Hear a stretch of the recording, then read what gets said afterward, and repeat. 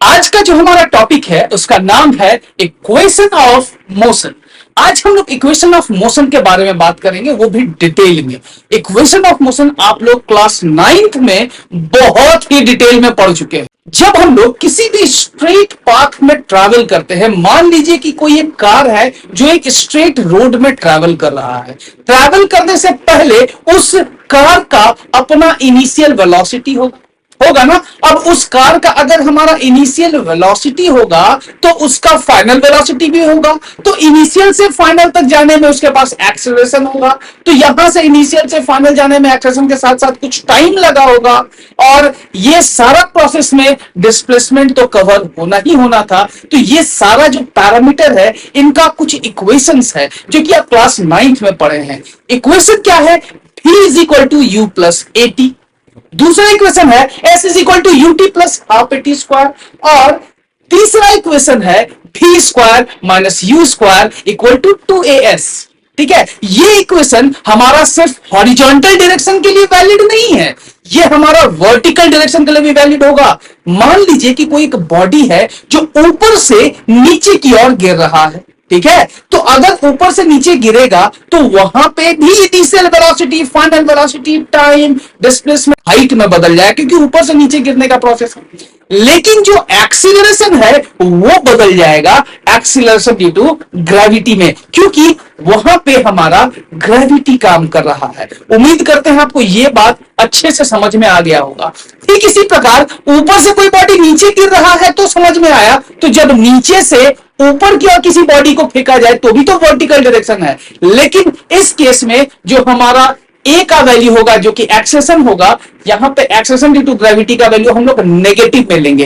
A is equal to minus जी लिखेंगे। क्यों? क्योंकि यहां पे जो काम हो रहा है वो ग्रेविटी के अगेंस्ट में काम हो रहा है। तो ग्रेविटी के अगर अगेंस्ट में काम करे तो हमारा जी का वैल्यू नेगेटिव हो जाएगा। तो चलो इन तीनों इक्वेशन को हम लोग डिराइव करते हैं, ऐसे नहीं बैठ के। बेसिकली इक्वेशंस ऑफ मोशन को हम लोग दो तरह से डिराइव कर सकते हैं। एक तो तरीका है ग्राफिकल मेथड और दूसरा तरीका है कैलकुलस मेथड। सबसे पहले स्टार्ट करेंगे ग्राफिकल मेथड से कि ग्राफिकल मेथड में ग्राफ को यूज करके हम लोग किस तरह से इक्वेशन ऑफ मोशंस को डिराइव करेंगे और कैलकुलस मेथड से कैसे डिराइव करेंगे। तो सबसे पहले स्टार्ट करते हैं ग्राफिकल मेथड। ठीक है, तो चलो स्टार्ट करते हैं। अगर हम ग्राफिकल मेथड के बारे में बात करें तो सबसे पहले तो हम लोग को एक ग्राफ बनाना पड़ेगा। ठीक है ना, तो यहां पे सबसे पहले हम लोग लिख लेते हैं derivation of equation of motions.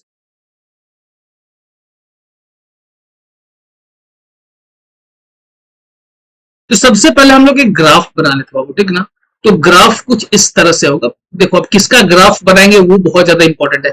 Velocity time graph बनाएंगे। कौन सा ग्राफ बनाएंगे? Velocity time graph. तो सबसे पहले यहां पे कुछ इस तरह से हम लोग एक ड्रॉ कर देते हैं। ये हमारा हो जाएगा टाइम का ग्राफ। ठीक है ना, एक वेलोसिटी का ग्राफ हो गया और एक हो गया किसका? टाइम का ग्राफ। और यहां पे अगर हम ध्यान से देखें तो ये कुछ इस तरह से ग्राफ कुछ ऐसा जाएगा ऊपर की तरफ। ठीक है, ये ग्राफ कुछ ऐसा जाएगा। अब यहां पे ध्यान से देखें तो यहां से यहां तक का जो वैल्यू होगा ना बाबू, यहां से यहां तक का जो वैल्यू का बात करेंगे हम लोग, ये जो वैल्यू होगा दिस विल बी यू। ये किसको रिप्रेजेंट करेगा? यू को। और यहां पे हम लोग एक और डॉटेड लाइन में भी बना सकते हैं हम लोग बेसिकली। ठीक है, इसको हम लोग इसको ज्वाइन कर देते हैं।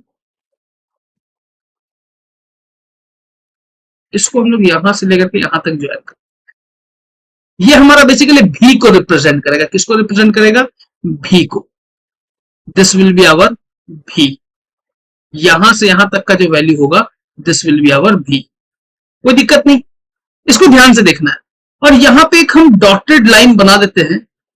ठीक है, समझने, तो ये ओरिजिन को ओ दे देते हैं नाम, इसका नाम ए दे देते हैं, ये नाम हो जाएगा बी और ये नाम हो जाएगा सी और ये लास्ट वाला नाम हो जाएगा डी। इस पार्ट में किसी कोई दिक्कत है क्या? यहां तक समझ में आया सभी लोगों को? ये तो क्लियर है ना? Is it clear everyone? से यस और नो? आया ना? में जवाब दे दो जी।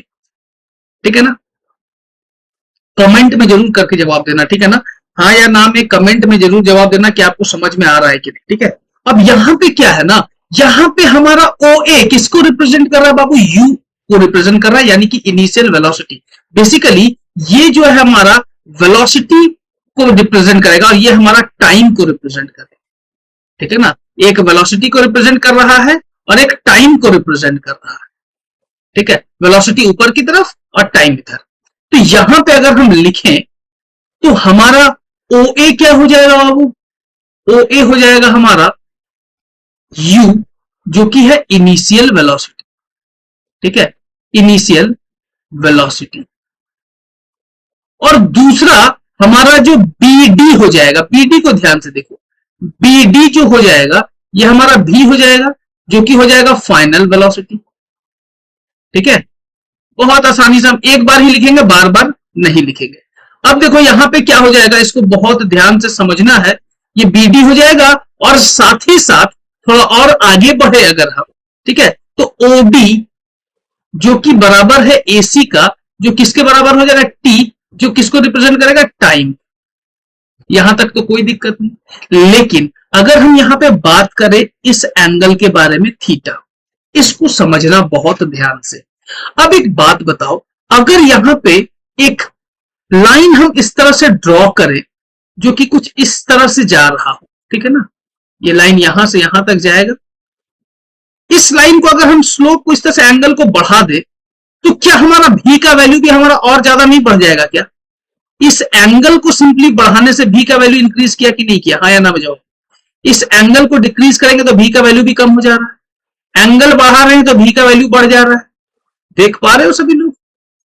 तो बेसिकली अगर हम इस एंगल के बारे में बात करें तो एंगल जितना ज्यादा होगा ये वेलोसिटी का वैल्यू उतना ज्यादा होगा, बोलो हाँ या ना, ठीक है ना।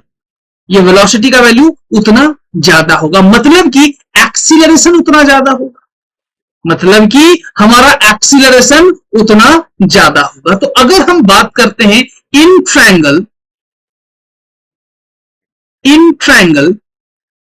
एबीसी ट्रायंगल के बारे में बात करेंगे तो जो हमारा tan थीटा होगा, tan थीटा को हम लोग लिख सकते हैं क्या, परपेंडिकुलर बाई बेस। अब यहां पे tan थीटा ही क्यों लिए, ठीक है ना, हमको बेसिकली एक्सीलरेशन निकालना है। यहां पे ए बी एक्सीलरेशन को बता रहा है, ए बी जो है वो हमारा फाइनल वेलोसिटी और इनिशियल वेलोसिटी के बीच के डिफरेंस को बता रहा है एक तरह से, ठीक है ना। तो कितने समय में हमारा ये वेलोसिटी इंक्रीज किया है वो ए बी ही बता रहा है, ये स्लोप ही बता रहा है। और उस स्लोप का जो वैल्यू है उसको हम tan थीटा लिखते हैं। हमेशा याद रखिएगा किसी भी स्ट्रेट लाइन का जो स्लोप होता है ना वो tan थीटा के बराबर होता है, ये ध्यान में रखना है, ठीक है।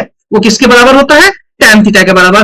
tan थीटा का मतलब परपेंडिकुलर, थीटा के सामने वाला हमेशा परपेंडिकुलर, तो यहां पे लिख देंगे BC और नीचे वाला बेस डिवाइडेड बाय क्या लिख देंगे, AC, और AC का वैल्यू क्या है, T, ठीक है ना। और ये tan थीटा कुछ और नहीं, यही तो है हमारा एक्सीलरेशन, tan थीटा ही तो हमारा एक्सीलरेशन है ना। बात समझ रहे हो, जितना ज्यादा tan थीटा होगा, यहां पे हम क्या बोले कि जितना ज्यादा हमारा थीटा होगा उतना ज्यादा भी होगा, और जितना ज्यादा भी होगा मतलब उतना ज्यादा एक्सीलरेशन। मतलब थीटा हमारा किसको रिप्रेजेंट कर रहा है, एक तरह से एक्सीलरेशन को बता रहा है। तो एक्सीलरेशन इक्वल टू क्या हो जाएगा हमारा, tan थीटा, ठीक है ना। तो A इज इक्वल टू हो जाएगा BC, BC को देखो तो हम लोग क्या लिख सकते हैं, BD, लीजिएगा BD माइनस क्या हो जाएगा, CD डिवाइडेड बाय क्या हो जाएगा, AC। इसको थोड़ा ऊपर कर लेते हैं ताकि आपको सुविधा हो, थोड़ा सा हम इसको ऊपर करते, ठीक है। अब यहां पे इस A को क्या लिखा जा सकता है, इस A को हम लिख सकते हैं BD, BD यानी कि भी माइनस CD, CD देखो CD हमारा OA के बराबर है, CD हमारा OA के बराबर है, तो इसको हम लोग U लिख सकते हैं। बाई AC क्या है, AC किसके बराबर है, T के बराबर है, डिवाइडेड बाई T। तो यहां पे सॉल्व करेंगे तो A into T is equal to V minus U, तो देयरफॉर जो हमारा आंसर आएगा V is equal to U plus AT। क्या ये हमारा रिलेशन आया या नहीं आया, हाँ या ना में जवाब दे दो। ये फर्स्ट इक्वेशन ऑफ मोशन आपके सामने डेराइव हुआ कि नहीं। ये फर्स्ट इक्वेशन ऑफ मोशन में आपको किसी तरह का दिक्कत है? हाँ या ना में जवाब दे दो बाबू, हाँ या ना में जवाब दे दो। फर्स्ट इक्वेशन ऑफ मोशन में उम्मीद करते हैं आपको किसी भी तरह का दिक्कत नहीं है। क्लियर है ना? फर्स्ट इक्वेशन में किसी को कोई दिक्कत नहीं। तो इसके बाद जो हम डिराइव करेंगे वो होगा हमारा सेकेंड इक्वेशन ऑफ मोशन। ठीक है, फर्स्ट हो गया, अब सेकेंड में आते हैं। ग्राफ तो हमारा सेम टू सेम यही रहेगा, ठीक है ना, ग्राफ सेम टू सेम यही रहेगा, बस यहां पे हम लोग क्या करेंगे उसको ध्यान देखें। ठीक है, यहां पे एक काम करते हैं, इसको हटा देते हैं, और यहां पे एक काम करेंगे, इसको हम लोग काट के यहां से हटा लेते हैं। ये जो आपका दिख रहा है ना, इसको हम लोग क्या करते हैं, इसको काट के कुछ इस तरह से हटा, बेसिकली इससे काटेंगे तो ज्यादा बेटर। ठीक है, इसको हम लोग क्या करते हैं, और इसको यहां पे पेस्ट कर दें।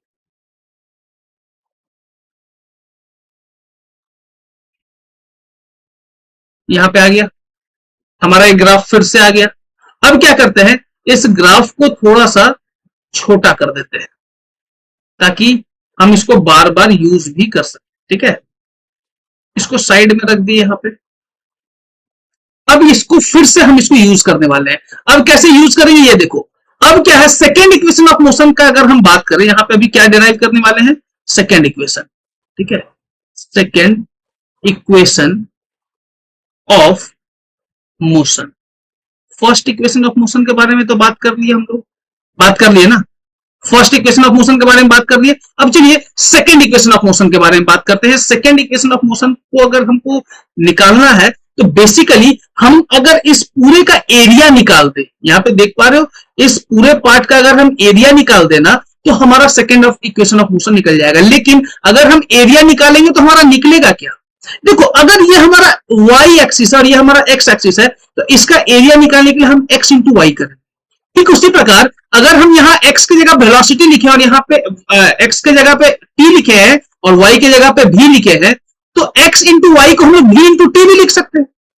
v इंटू टी का मतलब डिस्प्लेसमेंट, तो इसका जो एरिया निकलेगा वो डिस्प्लेसमेंट के बराबर होगा। तो यहां पे हम लोग लिख सकते हैं displacement is equal to area of triangle ABC plus area of a rectangle ACOD। ठीक है, अब इसको हम लोग आगे सॉल्व करते हैं। डिस्प्लेसमेंट को हम लोग रिप्रेजेंट करेंगे स्मॉल एस से, ये एस से रिप्रेजेंट हो जाएगा, और एरिया को हम लोग रिप्रेजेंट करेंगे half into base into height. तो ये हमारा बेस हो जाएगा, ए बी सी है तो ये हमारा बेस होगा, थीटा के सामने वाला परपेंडिकुलर होता है तो ये हमारा हाइट हो जाएगा इंटू बेस। तो यहां पे बेस हो जाएगा ए सी, और यहां पे क्या हो जाएगा हमारा, इसको हम लोग क्या लिखेंगे, बी सी। क्या लिखेंगे हमारा, बी सी। कोई दिक्कत है क्या इस पार्ट में, किसी को कोई दिक्कत? फिर प्लस करके लिखेंगे, एरिया ऑफ रेक्टेंगल की बात करेंगे, तो यहां पे ये हमारा बेस और ये हमारा लेंथ, ठीक ना, लेंथ इंटू ब्रेथ करेंगे तो ओ ए इंटू क्या हो जाएगा हमारा, ओ डी। इसको थोड़ा और आगे लिखते हैं तो S is equal to O A into O D को यू इंटू टी डायरेक्टली लिख देते हैं, ठीक ना। फिर प्लस हाफ, एसी को क्या लिखेंगे, एसी को सीधा सीधी टी लिख देंगे, और बीसी को क्या लिखेंगे, बीसी को बीडी माइनस सी डी लिख सकते हैं, विच इज भी माइनस यू। बोलो हाँ या ना। बीसी को यहां से यहां तक की जो दूरी होगी, इसको अभी अभी हम लोग निकाले थे, भी माइनस यू लिखेंगे, ठीक है ना, तो भी माइनस यू लिख दिए। अब क्या करते हैं, यहां पे S is equal to U T plus half, T जो है भी माइनस यू के जगह पे यहां पे भी माइनस यू लिखेंगे, डिवाइडेड बाई टी लिखते हैं, और मल्टीप्लाई भी टी से कर देते हैं। टी से इसको डिवाइड भी किया, टी से मल्टीप्लाई कट जाएगा तो यही चीज आ जाएगा ना। इसको हम इसलिए किए हैं क्योंकि हम आगे लिख सकेंगे S is equal to U T plus half, इस भी माइनस यू बाई टी को ए लिख देंगे और टी इंटू टी को टी स्क्वायर लिख देंगे, तो देयरफॉर जो वैल्यू आएगा s is equal to U T plus half A T square आ जाएगा। हम लोग ग्राफिकल मेथड को यूज करके किस तरह से सेकेंड इक्वेशन ऑफ मोशन को भी डिराइव कर लिए, ये क्लियरली आपको दिख रहा होगा। कोई दिक्कत है क्या इस पार्ट में? थोड़ा और आगे बढ़ेंगे अभी हम, ठीक है, थोड़ा और आगे बढ़ते हैं, थोड़ा और आगे बढ़ेंगे तो यहां पे फिर से इसको हम लोग क्या करते हैं, छोटा करके ऊपर की ओर कर देते हैं, ठीक है, क्लियरली दिख रहा है ये ग्राफ। अब थर्ड इक्वेशन ऑफ मोशन के बारे में बात करेंगे। किसके बारे में बात करेंगे? Third equation of motion. Third equation of motion, ठीक है। थर्ड इक्वेशन ऑफ मोशन क्या कहता है? थर्ड इक्वेशन ऑफ मोशन के बारे में बात करेंगे तो फिर से वही होगा, एरिया निकालेंगे, लेकिन पिछले बार एरिया निकाले थे ट्रायंगल और रेक्टेंगल का, इस बार पूरे ट्रेपेजियम का एरिया निकालेंगे। तो यहां पे लिखेंगे displacement, displacement is equal to area of trapezium, ठीक है, ट्रेपेजियम का नाम लिख देंगे ओ A B C D O, ठीक है, ये हो जाएगा ट्रेपेजियम। और इसको हम लोग लिखेंगे displacement S is equal to, अब एरिया ऑफ ट्रेपेजियम होता क्या है? एरिया ऑफ ट्रेपेजियम होता है, याद रखिएगा, half into sum of parallel sides. तो ये और ये सम ऑफ पैरेलल साइड्स, क्या लिखेंगे? सम ऑफ पैरेलल साइड्स, और into distance between them, into distance between them. बात समझ रहे हैं? इसके बारे में बात करें, इनटू डिस्टेंस बिटवीन देम। अब क्या है, इसको अगर हम थोड़ा और डिटेल में आगे देखें तो S will be equal to half sum of parallel side, यानी कि V प्लस U होगा, क्योंकि यहां पे ये पार्ट और ये पार्ट क्या है? पैरेलल है, दिख रहा है ना, ये दोनों क्या हमारा पैरेलल है। तो V plus U into distance between them क्या था? डिस्टेंस हमारा T था, दोनों मतलब OD लिखो या फिर AC लिखो, ये T हो जाएगा। बात समझ में आ रहा है? अब क्या है, since V minus U divided by T equal to A था बाबू, इसको थोड़ा सॉल्व करते हैं, V minus U divided by A equal to T लिखेंगे। ये इक्वेशन 1 मान लेते हैं और इसको इक्वेशन 2 मान लेते हैं। तो इक्वेशन 1 और 2 को अगर हम यूज करते हैं, ठीक ना, using equation 1 and 2, equation 1 and 2, तो क्या होगा? देखो, जब हम इक्वेशन 1 और 2 को यूज करेंगे तो हमारे पास जो वैल्यू आएगा, S is equal to half V plus U into T के जगह पे क्या लिख देंगे? V minus U divided by A। इसको सॉल्व करने पे 2A इधर मल्टीप्लाई कर देंगे तो 2AS हो जाएगा, और V A plus b into A minus b, A square minus b square, तो therefore V square minus you square is equal to 2AS। ये हमारा तीसरा इक्वेशन ऑफ मोशन भी हम लोग डिराइव कर लिए यूजिंग ग्राफिकल मेथड। तो ग्राफिकल मेथड को यूज करके किस तरह से तीनों इक्वेशन को डिराइव किए, उम्मीद करते हैं आपको अच्छे से समझ में आ गया होगा। लेकिन अब हम लोग जो बात करने वाले हैं वो है कैलकुलस मेथड, वो भी बहुत आसान है। चलिए एक एक करके हम लोग कैलकुलस मेथड भी देख लेते हैं। तैयार हैं आप लोग? तो चलिए स्टार्ट करते हैं कैलकुलस मेथड। अब बात करेंगे किसके बारे में? कैलकुलस मेथड के बारे में। तो कैलकुलस मेथड से सबसे पहले हम लोग डिराइव करेंगे क्या? फर्स्ट इक्वेशन, ठीक है, फर्स्ट इक्वेशन ऑफ मोशन का बात। ये बहुत ज्यादा आसान है, यहां कोई ग्राफ वगैरह नहीं है, फर्स्ट इक्वेशन ऑफ मोशन। अब एक बात बताओ, सबसे पहली बात, हम लोग पहला लेक्चर में देखे थे कि इंस्टेंटेनियस वेलोसिटी क्या होता है, इंस्टेंटेनियस एक्सीलरेशन क्या होता है, याद होगा आपको, तो उसको थोड़ा सा हम रिवाइज करा देते हैं। अगर हम इंस्टेंटेनियस एक्सीलरेशन की बात करें तो वो होता है dv बाई dt, ये याद होगा आपको। उसी तरह से इंस्टेंटेनियस वेलोसिटी की बात करें वो होता है हमारा dx by dt, is it clear everyone? हाँ या ना में जवाब दो। अगर ये चीज याद नहीं है तो डिस्क्रिप्शन में लिंक दिया हुआ है प्रीवियस वीडियो का, उस वीडियो में जाइए और वहां पे क्लिक कीजिए, आपको पूरा डिटेल वहां पे मिल जाएगा। Is it clear? ठीक है, वहां पे पूरा डिटेल में बताया गया है कि इंस्टेंटेनियस वेलोसिटी आखिर होता क्या है। यहां पे हम लोग डिफरेंशिएशन के फॉर्म में लिखते हैं a is equal to DV by D T, यानी कि समय के साथ वेलोसिटी कितना बदल रहा है वही तो एक्सीलरेशन है, और समय के साथ पोजीशन कितना बदल रहा है वही तो हमारा वेलोसिटी है ना। तो चलो आगे बढ़ते हैं और यहां पे फर्स्ट इक्वेशन ऑफ मोशन को डिराइव करते हैं। तो हम लोग इसको डिराइव करने से पहले हम लोग एक चीज जान लेते हैं, जो हमारा डीवी है वो हमारा वेरी स्मॉल वेलोसिटी है, जो कि वैरी करेगा यू से लेकर के भी तक, ठीक ना। इनिशियल वेलोसिटी से फाइनल वेलोसिटी तक वैरी करेगा, ठीक है। तो हम लोग जानते क्या है, इसको डिराइव करने से पहले हम लोग लिखेंगे वी नो, हम लोग जानते क्या है। इसको एक बार सीख लेना है कि हम लोग क्या जानते हैं, ये जानना बहुत जरूरी है कि हम लोग जानते क्या है। तो ये लिखेंगे क्या, a is equal to DV by D t. तो इसको फिर आगे कैसे लिखेंगे, a into d t is equal to d v, ठीक है। अब यहां पे लिखेंगे integrating both side, integrating both side, दोनों तरफ हम इंटीग्रेट करते हैं। फ्रॉम कहां से कहां तक, u to t and 0 to t। ये ध्यान देना, u से v तक इंटीग्रेट किए हैं और 0 से t तक इंटीग्रेट किए हैं। 0 से t तक हम लोग लेफ्ट हैंड साइड में इंटीग्रेट करेंगे, ठीक है ना, इसको ध्यान देना है। तो थोड़ा और आगे बढ़ेंगे तो जब हम इंटीग्रेशन का साइन देंगे तो यहां हो जाएगा हमारा 0 से लेकर के t तक और a dt हो जाएगा, which is equal to integration हो जाएगा u से लेकर के v तक, ये हो जाएगा हमारा dv, ठीक है।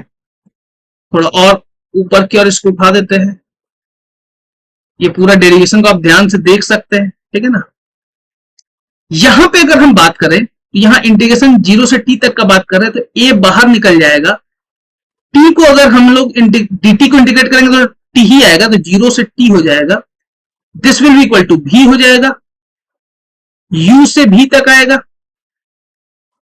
a into t, upper limit minus lower limit, t minus 0 हो जाएगा तो t ही हो जाएगा, this will be equal to v minus u।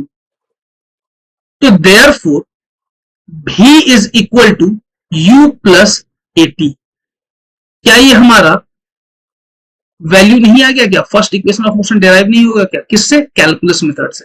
किससे डिराइव किया एक बार ध्यान से देख लेना है, हम लोग कैलकुलस मेथड से इसको किस तरह से डिराइव किए हैं ये आपको ध्यान से देख लेना है। एक बार पूरा व्यू कर लीजिए, इंटीग्रेट किए हैं u से v तक, 0 से t तक, ठीक ना, और ये हमारा फाइनल रिजल्ट आपके सामने, और ये पूरा ही हमारा क्या आ गया, फर्स्ट इक्वेशन ऑफ मोशन। अब ये रिजल्ट को ध्यान में रखना है, इसको हम लोग आगे यूज भी करेंगे, ठीक है। तो थोड़ा आगे बढ़ते हैं। अब आगे अगर हम बढ़ने के बारे में बात करें तो यहां पे हम लोग लिखते हैं, ठीक है ना, सेकेंड इक्वेशन ऑफ मोशन के बारे में बात करेंगे। सेकेंड इक्वेशन ऑफ मोशन क्या है हमारा, सेकेंड इक्वेशन ऑफ मोशन। चलो बात करते हैं सेकेंड इक्वेशन ऑफ मोशन के बारे में। सेकेंड इक्वेशन ऑफ मोशन को अगर हम लोग लिखें तो हम लोग जानते क्या है, वी नो। हम लोग क्या लिखेंगे, हम लोग जानते हैं velocity v is equal to dx by dt। ये हम लोग पढ़े हैं, बोलो हाँ या ना। इसको फिर हम लोग क्या करेंगे, v इंटू डी टी लिख देंगे, which is equal to dx आ जाएगा। अब हम लोग थोड़ा और आगे बढ़ेंगे और हम लोग v की जगह पे लिख सकते हैं u plus A t into d t which is equal to dx। अगर ये नहीं समझ में आए तो हम लोग यहां लिख देते हैं सिंस अभी अभी हम लोग डिराइव किए हैं क्या, v is equal to u plus A t. ये हम लोग डिराइव किया अभी अभी, बोलो हाँ या ना, 80। तो ये वैल्यू को हम लोग यहां पे डाल देंगे, ठीक है। तो यहां पे हम लोग लिखेंगे क्या नाउ, यू टी प्लस ए टी डी टी लिखेंगे, which is equal to dx। अब दोनों तरफ इंटीग्रेट कर देते हैं, इंटीग्रेटिंग बोथ साइड, दोनों तरफ क्या कर देते हैं हम लोग, इंटीग्रेट कर देते हैं। फ्रॉम कहां से कहां तक, 0 से t तक एंड 0 टू s। इसको इंटीग्रेट करेंगे तो 0 से s तक, क्योंकि dx इंटीग्रेट 0 से s तक होगा, डिस्प्लेसमेंट हमारा s होता है, इसीलिए 0 से s तक उसको हम लोग इंटीग्रेट कर रहे हैं, ठीक है। तो आगे क्या हो जाएगा, इंटीग्रेशन बैठाएंगे, यहां पे भी u dt हो जाएगा, ठीक ना। आप यहां पे u dt लिखेंगे, this will be u into dt। तो u dt plus integration a t dt, this will be equal to integration dx। अब यहां पे लिमिट्स को ध्यान से देखो, यहां 0 से t जाएगा लिमिट, यहां भी 0 से t जाएगा लिमिट, यहां 0 से s जाएगा लिमिट, ठीक है। अब क्या करते हैं, इसको थोड़ा ऊपर उठाते हैं, अब इसको सॉल्व करते हैं। यहां पे u इंटू टी माइनस 0 हो जाएगा, बोलो है ना, upper limit minus lower limit, फिर plus a t square by 2 minus 0 square by 2 हो जाएगा, क्योंकि टी टी टी का इंटीग्रेशन टी स्क्वायर बाई 2 आएगा, तो upper limit minus lower limit ऐसे पुट कर देंगे। This will be equal to dx का इंटीग्रेशन क्या हो जाएगा, s माइनस 0। क्यों s माइनस 0, क्योंकि यहां पे आप dx को x लिखोगे, x को 0 से s तक लिखोगे, तो फिर s माइनस 0 करोगे, तो हम डायरेक्टली कर दिए। ठीक उसी प्रकार यहां पे टी स्क्वायर बाई 2 लिखोगे, a बाहर रख करके 0 से t पुट करोगे, तो हम इसको डायरेक्टली कर दिए, ठीक ना। बस इस चीज को ध्यान रखना, हम इसको डायरेक्टली लिख दिए, इतना बार बार लिखने की जरूरत नहीं है। इसको हम लोग ऐसे रख देते हैं, और now ut plus A T square by 2 is equal to s। तो देयरफॉर करके हम लोग लिख सकते हैं s is equal to ut plus half A T square. Calculus method से हमारा सेकेंड इक्वेशन ऑफ मोशन भी डिराइव हो गया, ये दिखा कि नहीं दिखा हो, कैलकुलस मेथड से ये भी हमारा डिराइव हो गया। अब हम लोग थोड़ा और आगे बढ़ेंगे, ठीक है, और इस बार हम लोग थर्ड इक्वेशन ऑफ मोशन के बारे में बात करेंगे यूजिंग कैलकुलस मेथड, ठीक है। तो बात करें थर्ड इक्वेशन ऑफ मोशन के बारे में, यहां लिखते हैं थर्ड इक्वेशन ऑफ मोशन। ये किससे होगा हमारा, ये भी कैलकुलस मेथड के बारे में बात होगा जी, बात समझ रहे हैं। तो चलो शुरू करते हैं। यहां पे क्या लिखना है ये ध्यान, यहां पे as it is a is equal to, हम लोग जानते क्या है, वी नो, ये तो लिखना बहुत जरूरी है। हम लोग जानते हैं a is equal to dv by dt। बस एक चीज याद रखना, सेकेंड इक्वेशन ऑफ मोशन में v is equal to dx by dt करते हैं, बस बाकी सब जगह पे ये दिमाग लगाएंगे, a is equal to dv by dt से ही स्टार्ट करेंगे। इसको a इज इक्वल टू लिख सकते हैं dv divided by dx into dx by dt, ऐसे लिखा जा सकता है, बोलो हाँ या ना, बोलो नहीं समझ में। देखो dv बाई dt था, तो dv में dx को हम डिवाइड कर दिए, अब जब dx को डिवाइड किया तो dx मल्टीप्लाई भी तो करेंगे, क्योंकि ये कट जाएगा तो चांद पे चला जाएगा, तो बच जाएगा हमारा यही ना। तो ये कट के अगर हमारा यही आ रहा तो इसको हम इस तरह से लिख सकते हैं a will be equal to dv by dx into v। dx by dt को हम लोग भी लिख सकते हैं, ये हम लोग पढ़े भी हैं, इसको हम लोग भी लिख सकते हैं। अब क्या करते हैं, a इंटू dx लिखते हैं, ठीक है, a into dx is equal to v dv, ठीक है। अब क्या करते हैं, integrating both side, integrating both side, कहां से कहां तक, from 0 to s, 0 to s and u to v। u to v इसके लिए होगा और 0 टू s इसके लिए होगा, ठीक है ना। तो एक काम करते हैं, इस जगह पे हम लोग एक लाइन खींच लेते हैं, इसको ध्यान से समझना, ठीक है। इस वैल्यू को हम लोग बहुत ध्यान से समझेंगे। यहां पे क्या करेंगे हम लोग, ये हमारा हो जाएगा integration a dx 0 to s, this will be equal to integration u से v dv। इसको जब हम सॉल्व करेंगे तो a बाहर निकल जाएगा, x हमारा 0 से s हो जाएगा, this will be equal to v square by 2, u से v हो जाएगा ए एस माइनस जीरो लिखेंगे, this will be equal to v square by two minus you square by two. यहां पे टू कॉमन लेंगे तो this will be two a s which is equal to v square minus you square. तो therefore जो हमारा value होगा v square minus you square is equal to two a s. ये हमारा कैलकुलस मेथड से तीनों ही हम लोग वैल्यू डेराइव कर लिए, तीनों वैल्यू हम लोग क्या कर लिए, डेराइव कर लिए। अब जब तीनों वैल्यू हमारा डेराइव हो चुका है ग्राफिकल मेथड से भी और कैलकुलस मेथड से भी, तो हमारा आज का वीडियो यही समाप्त होता है। इसके बाद हम लोग डेराइव करेंगे किसके बारे में, इसके बाद हम लोग डेरिवेशन तो खत्म हो गया, हम लोग न्यूमेरिकल्स बनाएंगे, ठीक ना। हम लोग वर्टिकल मोशन का भी न्यूमेरिकल्स बनाएंगे, हॉरिजॉन्टल मोशंस का भी न्यूमेरिकल बनाएंगे, मतलब कि मोशन इन स्ट्रेट लाइन का जितना भी पॉसिबल न्यूमेरिकल्स है वो हमारा कल आपको वीडियो में आपको मिल जाएगा, ठीक है बेसिकली। तो चलिए आज के लिए इतना ही रखते हैं, थैंक यू।